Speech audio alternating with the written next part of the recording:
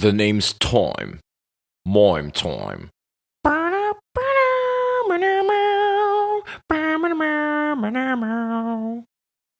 It's me again. They thought I was dead. Some said I escaped to North Korea. They thought I was in jail. Or worse, they thought I went back to college to finish my theology degree. But you can't kill me. I'm back, and better than ever. And harder. I cannot stop. I cannot give up. I need that momentum to break free. When a rocket is flying out towards the moon to escape the atmosphere, it doesn't pause halfway up the sky, does it? No, it keeps going. I'm in competition with the entire world. Everyone wants to escape. I cannot be lazy. I am the only person who can make this work, and I'm also the only person who can fuck this up. You cannot stop. You cannot give up. You need that momentum to break free. When a rocket is flying out towards the moon to escape the atmosphere, it doesn't fucking pause halfway up the sky, does it? No, it keeps going. You're in competition with the entire world. Everyone wants to escape. You cannot be lazy. You are the only person who can make this work, and you're also the only person who can fuck this up. You what, mate? You know what time it is? You know what time it is? It's MAIM time.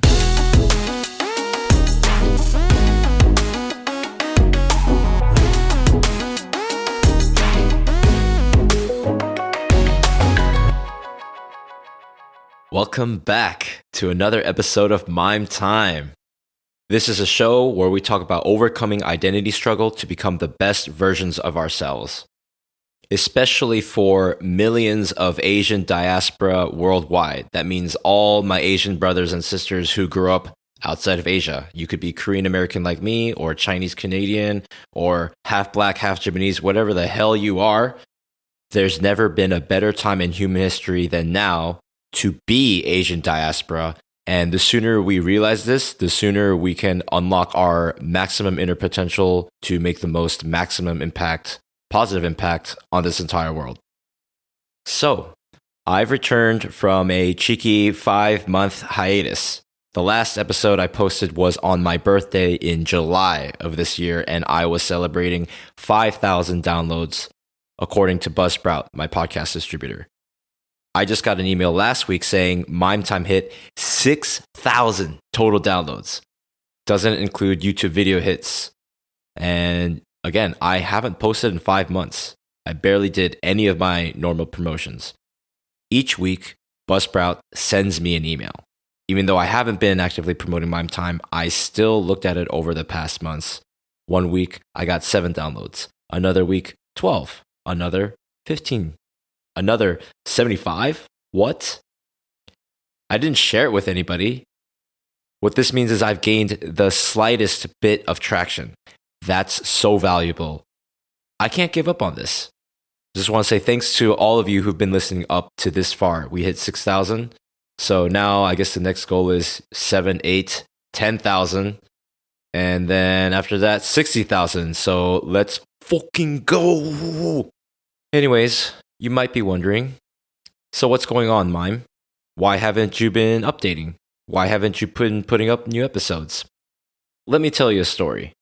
Back in July, I flew on a private jet from Seoul to Jakarta for a cheeky 4-day business trip, and it blew my mind. My life hasn't been the same since. There are 2 airports for Seoul, Incheon Airport and Gimpo Airport.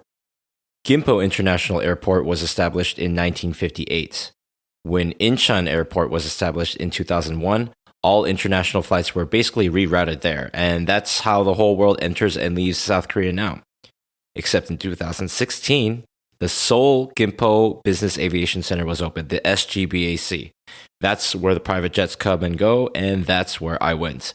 It's like a small domestic airport, 2 security officers checking your passports, 1 metal detector. Check-in and customs is a breeze.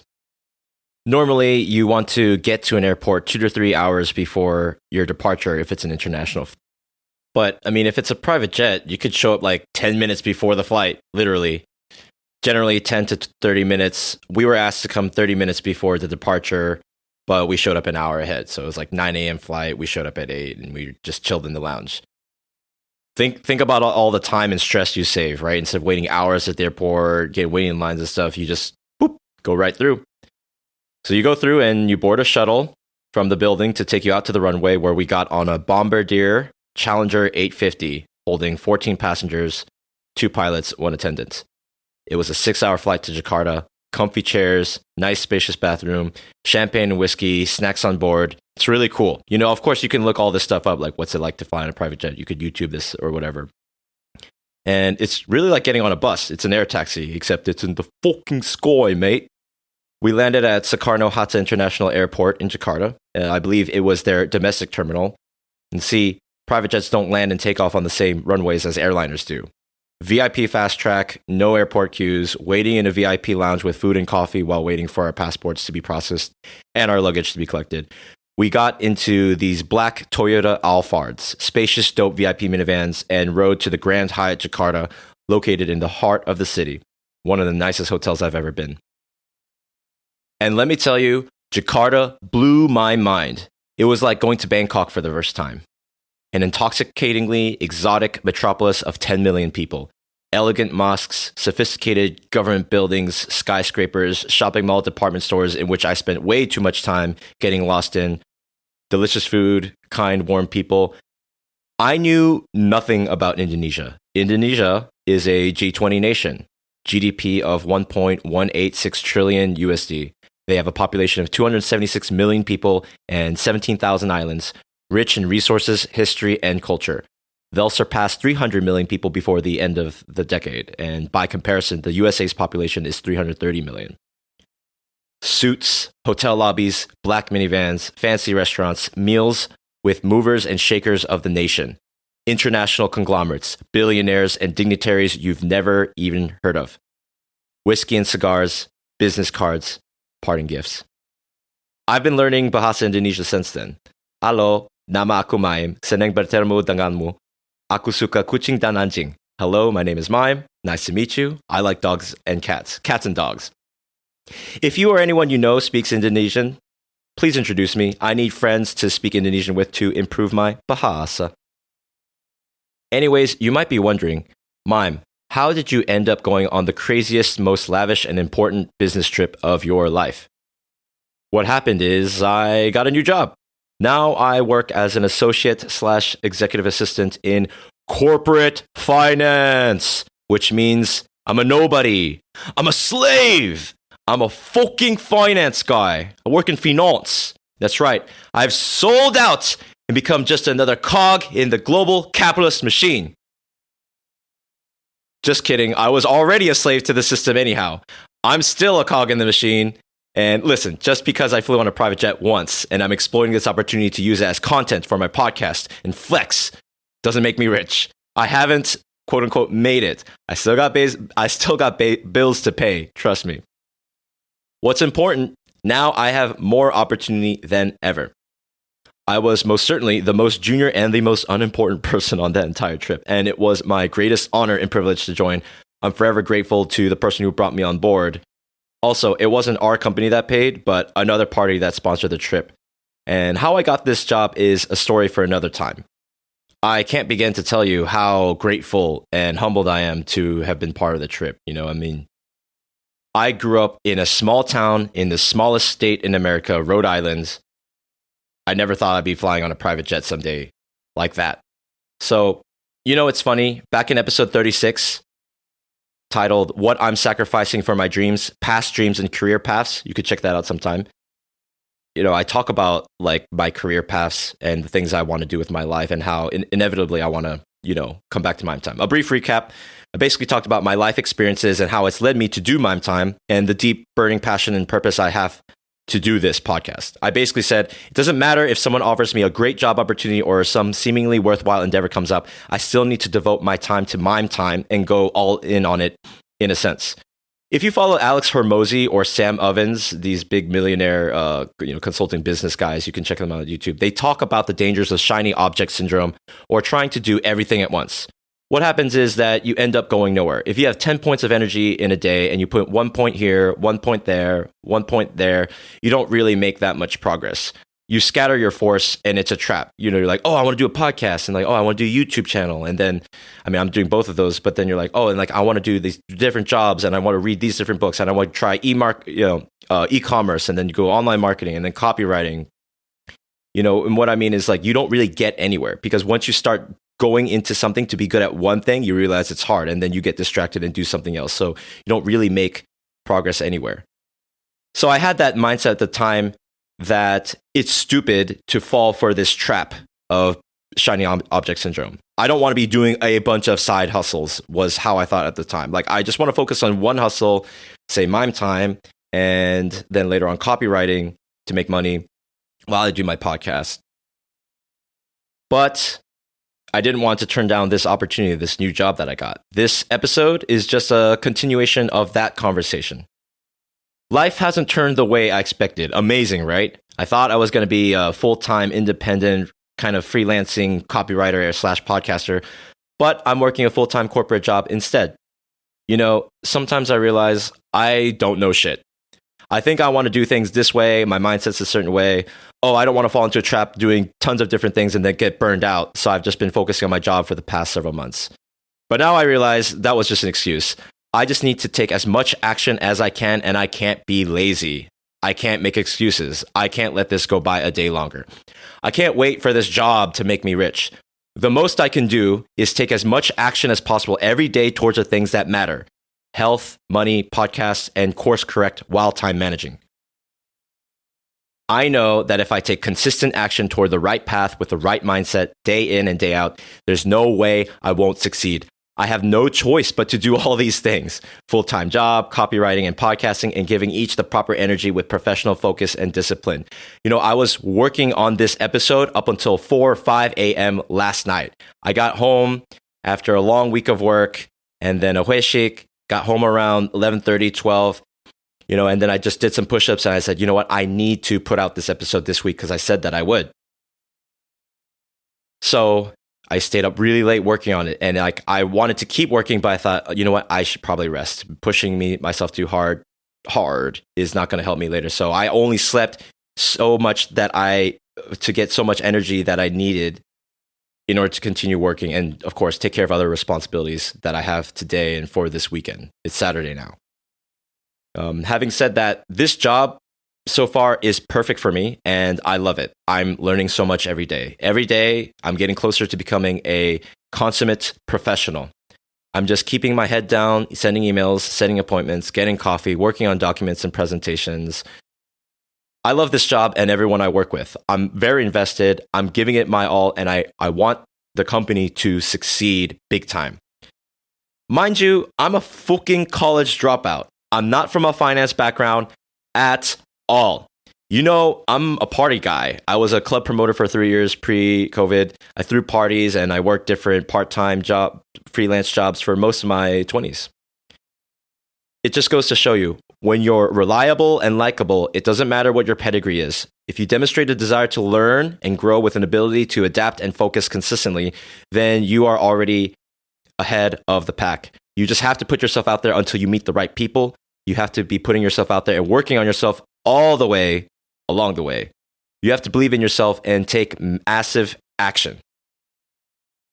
But while my job is going great, even if the company does do really, really well later on, I realize I can't depend on this job to make me really rich or quote unquote successful. It may not, but I can't wait for it.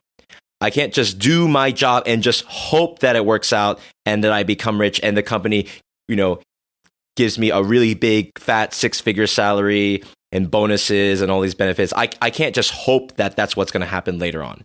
I hope it does. I want to do everything I can to make the company really successful so that, I can say that, I was part of it. And again, I'm doing everything for this job that I can, but I can't be waiting that it works out and not be doing something else outside of it. If I want to become super successful financially, I can never just wait for a job to save me. Nobody is coming to save me ever. I'm responsible for everything in my life. Nobody is ever going to care about me or help me really accomplish the things that I want, live the life that I want to live, or help me be the person I want to be, except for myself. Only I can care about myself as much as I can. Yeah. Even though I am extremely blessed to have amazing people in my life who I do believe genuinely care about me, nobody is going to get it but me. It's good to be hustling some skills on the side, whether you have a crappy job or even a good job that you love, just like me. Whether or not you love it, it's good to have skills and options and different sources of income. If you find a way to make money with skills that translate into helping your job even better, you become better at your job. And then it gives you more leverage, confidence, and more importantly, it'll make you more money and you can keep scaling it up and up until you become rich. Right? If your job goes under, or you don't like working there anymore, or they fire you, or they're not treating you properly, you can just say, okay, well, at least I have something on the side. I have options, right? So that gives you security and confidence, and again, leverage, negotiating power. I have immense ambition. It's a raging hunger. I want it all. I want to be a multimillionaire, drive a supercar, fly in private jets, live in a balling-ass place, surrounded by beautiful women, eating delicious foods all over the world, going on all sorts of wild adventures, amplified with wealth. More importantly, I want to help people. I want to take care of my tribe. I want to help others to realize their true potential. Getting rich is going to help me make that impact. I still got to be working on my hustle, executing on principles day in and day out. So, today's sponsor of MAIM Time is me. Do you need good copywritten? Websites, emails, social media posts, all sorts of content. You want your customers, your fans, your audience to know how awesome your product, service, or cause is? They deserve to know how awesome your stuff is through clear copywriting. Don't waste time or money figuring it out yourself, unless you are a fellow copywriter, in which, hit me up and we can learn from each other, help each other out. But you may be an expert in your field, or be a solid businessman or businesswoman. That doesn't mean you're the best at writing copy or writing in general, because nobody's good at everything. I can write it out all for you. I can write it all out for you. Hire me. My words will make you money. Why? Because I'm the best. I will figure out how to write you the best copy in the fastest amount of time. Nobody can beat me at my price point for this time, for this quality, with this impact. Shoot me a DM or email me at mime@mimetime.com, and we'll get a consultation call set up right away so you can get good copy, so you can make more money quicker and sooner and make a bigger impact in your business or venture. Hey, if you're not satisfied, I'll send you your money back. My promise. Now, going back to the last point of this episode, this is the main MAIM Time motif. I grew up with abysmally low self-confidence that I attribute to a lack of identity, being a third culture kid, a first-gen immigrant to America who didn't even speak his own mother tongue. I thought I'd never amount to anything, that I'd never be capable of even being competent or have any sort of ability, never have anything of value to offer in this world. I was always too dumb, too ugly, too stupid, too slow. I would spend my day-to-day moments in a nightmarish hell of self-loathing and depression. It was really agony. I can't even begin to imagine counting all the times I wish I wasn't born, or all the times I wanted to kill myself in my childhood up to my teens. If this sounds like you, if you can relate in any way, I'm telling you, you have value. You can make it. You can be a good, responsible person. You can learn to be capable of doing anything you set your mind to.